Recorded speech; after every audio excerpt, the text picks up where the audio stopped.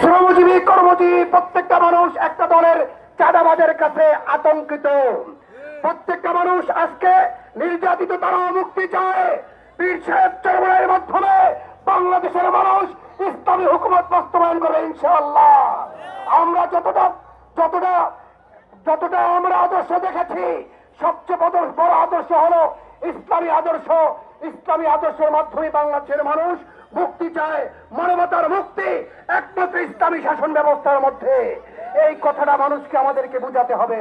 বন্ধুরা আমার, আজকে যারা আমরা গণ অভ্যুত্থানের আজকে যারা আমরা রাস্তায় ছিলাম, যুদ্ধ করেছি, আমরা বাংলাদেশকে ফ্যাসিস্ট থেকে মুক্ত করেছি, আমরা কোন নতুন ফ্যাসিস্টকে মাথা চাড়া দিয়ে উঠতে দেব না ইনশাআল্লাহ।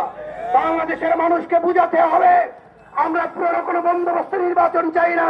আমরা দেখেছি উচ্চ আসনে উচ্চ কক্ষে পিআর পদ্ধতি, তারা এটা স্বীকার করেছে। আমরা বলবো আজকে যারা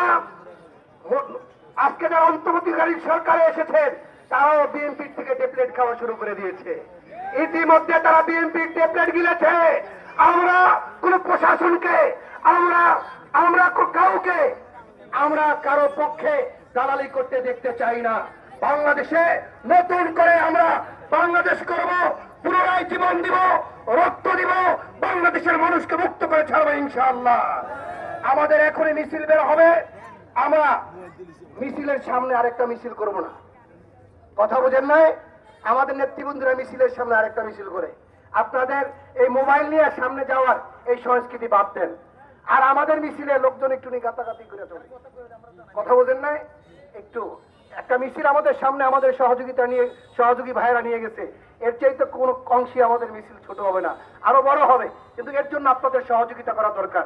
আপনারা এই গাতাগাতি করার এই সংস্কৃতি বাদ দেন, কথা বুঝেন নাই? দেখছেন না কিভাবে মিছিল করছে, একটু ফাঁকা মাধ্যমে মিছিল করছে, কথা বুঝে আসছে ইনশাআল্লাহ।